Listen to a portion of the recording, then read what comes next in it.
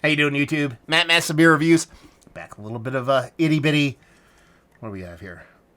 Pastry sour time. There you go. 6.5% from Cultured Collective. Almost butchered that. Very close. And yeah, there's a little bit of prefacing I have to do on this beer. So, these come courtesy of my boy Carson. He sends off a bunch of beers all the time, but I had to look this up. So, go back even further. So when he sent me these beers, I was on a tail end of a beer barrage. He sent me these. I got these. I have it pulled up here. May 7th is when I got this can. This was canned on 4/30.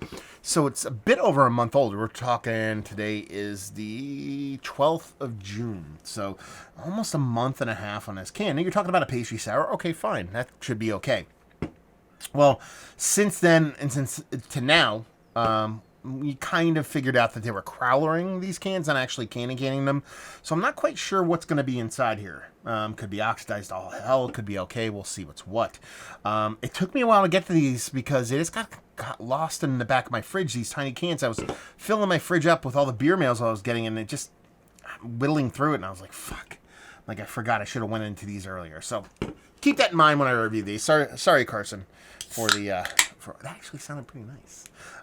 For the whatever on this one. So we'll see what's what. We'll keep that in mind that we're looking at not a month and a half old pastry sour that was canned. We're looking at a month and a half old pastry sour that was crowlered. It smells super vibrant from here. I don't know what it smells like, but it has like a vanilla kind of fruit kind of mixture thing going on. Very confectionery, so the pastry side kind of rings true. Generic kind of crowler thing. I can get down with that. CC. Yeah, love me a little creative cloud from Adobe Photoshop. And looks like a sour. Had a decent head on it, but it blew off pretty quick. That could be a combination of a crowler beer, but it still has carbonation in it, or it could be the ingredients involved. Let's actually get a nose. It doesn't smell that bad. Yeah, it's got a rich kind of orange, like orange ring. You know, the candy jelly orange rings with a decent tartness on it.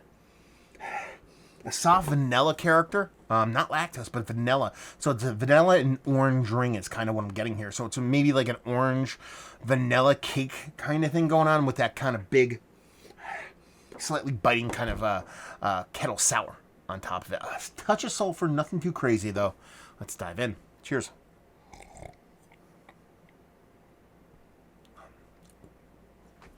That did not hold up too shabby. That's pretty tasty stuff, to be perfectly honest with you. It has this really nice soft mixture of vanilla and cocoa. And the cocoa comes off like a cocoa powder, like cocoa puffs, like that kind of cocoa powdery as opposed to actually chocolate. That's probably a mixture of vanilla, and I don't know if there's chocolate in here. We'll have to look afterwards, but my palate can confuse vanilla and chocolate a lot of times. But that's what I'm getting here, is that big... and a mixture of, like, it really is kind of like a Cocoa Puff kind of thing going on. I can't get past Cocoa Puffs now.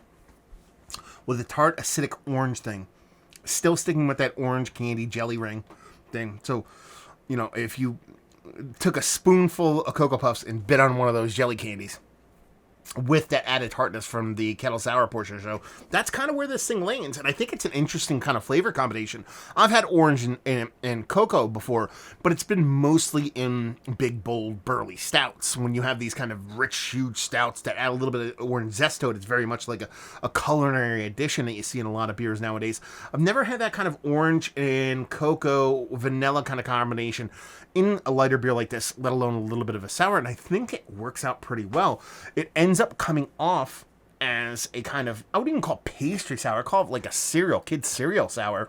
6-in-1, I guess kid cereal is very much like candy, or cake, or whatever you want to call it, dessert, and it kind of makes sense. So when you're talking about a pastry sour, I didn't know where they're going to go with this, but I kind of like where it went. I dig it. I think it's fun. I think it really held up well in this little can. It's giving me what I want for kooky styles like this. I like it. This whole can will be drank. Let's put it that way. Yeah, really fun stuff. Probably one of the best, if not the best beer I've had from Culture Collective. This and I think their itty bitty little pale ale. There were two of my favorites. Some of their stouts. Their one stout was quite nice, but this is up there. Very good stuff. So let's talk about it. One of the better kind of, one of those new fruited pastry-esque fruited sour little things that everybody does ad nauseum nowadays. It is one of the better ones. I don't know if it's going to be King Shoulda Fuck Mountain, but it's tasty AF. Value and availability, no idea. Carson, let me know what's what, and leave you with if you like what we like this. If you like these kind of kooky kettle sour Berliner jams, and you like that little bit of pastry vibes that is not a 2x4 to the face, this is kind of going to turn you on. I mean, it's tasty, it's fun, hitting all the right notes. I dig it. Hopefully you do too. So there you go. Another review in the books, another beer in the books, another burp in the books. There you go. Thank you very much, Carson. Hopefully you guys enjoyed it. Down there if you want to talk about it. Massive Beers if you want to check me out doing the social media stuff. Beer Massive. You want to check me out doing the whole podcasting thing, and hopefully you guys enjoyed our review. Hopefully you're enjoying a nice little 12-ounce jammer right now, and hope we'll see you next time. Cheers.